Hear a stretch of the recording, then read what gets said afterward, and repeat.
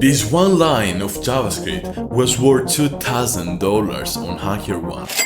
Vulnerabilities like this pop up every single day, and if you can't read or write JavaScript in 2026 and you want to be a successful bug bounty hunter, it is like going fishing without a fishing rod. JavaScript isn't just the language of websites. It runs in the browser, it runs on the server with Node, it runs in Electron apps, it even runs in some IoT firmware. It's everywhere, and everywhere it's exposed. Most web vulnerabilities you find in bug bounty, such as XSS, prototype pollution, client-side validation bypass, API race conditions, they all trace back to JavaScript. If you look at reports on HackerOne, 1 in 3, maybe 1 in 2, has JavaScript as the main vector or part of the chain. So the question is not, do I need to learn JavaScript to do hacking? The question is, how fast can you learn it before you start missing the easiest bug to find? I'm gonna show you where to look and how to exploit it. First thing off, it is essential to have fundamentals JavaScript knowledge. Those can be acquired in websites like WeSchool or simply looking at YouTube videos. It is 2026. We have all we need for free. Now maybe you're wondering why you need JavaScript for hacking. Here is a breakdown. You are trying to see the source code of a website. The code is minified. One single line, unreadable, variables named A, B, C. Open DevTools. Hit the curly braces at the bottom. Auto beautify.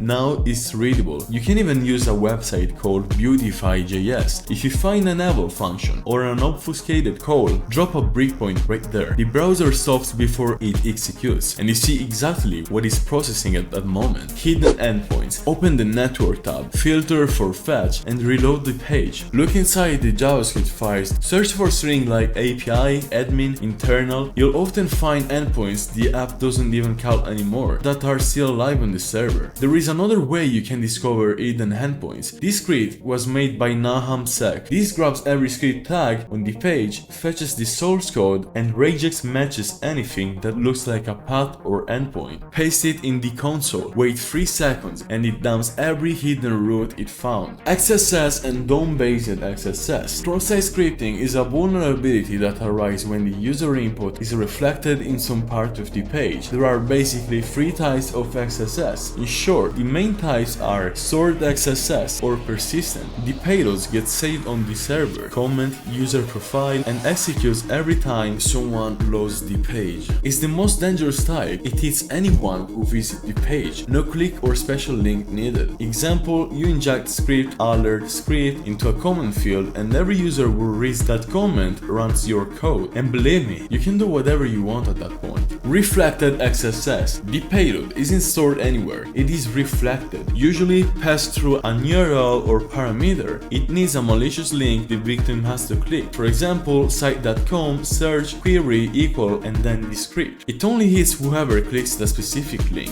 Then we have self-XSS. This one is different. It's not a real vulnerability in the site. It's when the user themselves gets tricked, usually via social engineering, into pasting malicious JavaScript code in browser console, running it on their own account. There is no actual bug. It's poor user manipulation. Once you've got an XSS, one classic goal is stealing the victim session cookie to hijack their account without needing a password. The payload often looks something like this.